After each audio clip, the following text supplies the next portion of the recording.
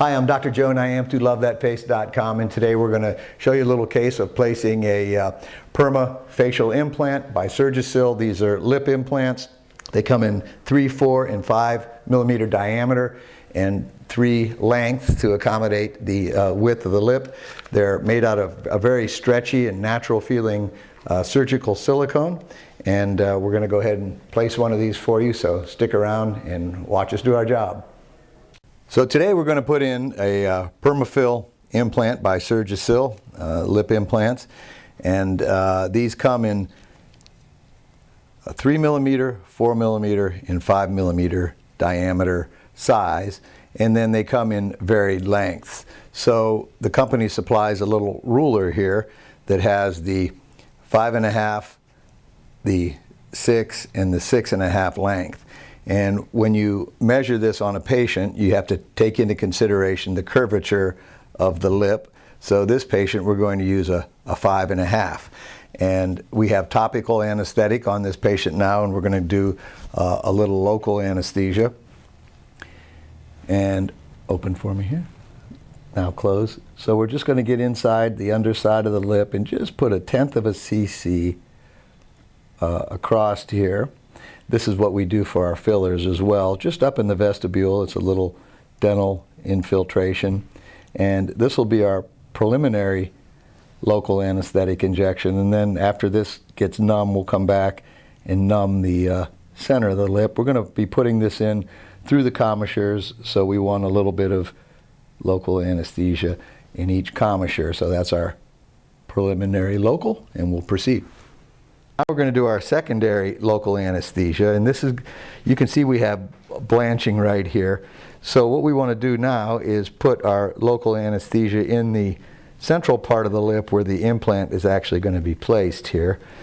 So I'm injecting right in the lip, and because we've done our primary anesthesia, the patient can't feel any of this.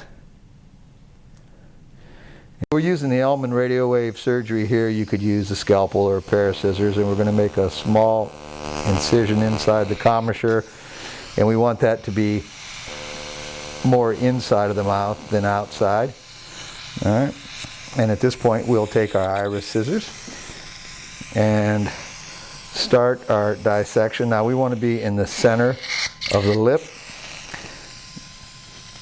and this way we'll be avoiding the labial artery. What we're going to do is take up a 20 gauge fat injection cannula, and we're going to do a little progressive dilation here.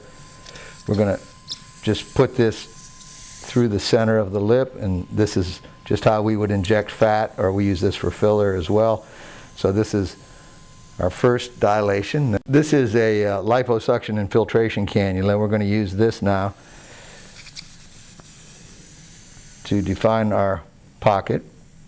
And it's very important that once you get in your tunnel that you stay in the center of the lip. We have our expanded tunnel through both sides, so we'll take this out and we'll insert the implant. And we're going to do this by using a small tendon passer, and we're going to insert this through our previous tunnel, and it's extremely important to stay right in the center of the lip. Here is our 5 millimeter, 5.5 centimeter implant, and at this point we're going to put it in the jaws of our tendon passer, and what we want to do is gently pull this back through the incision.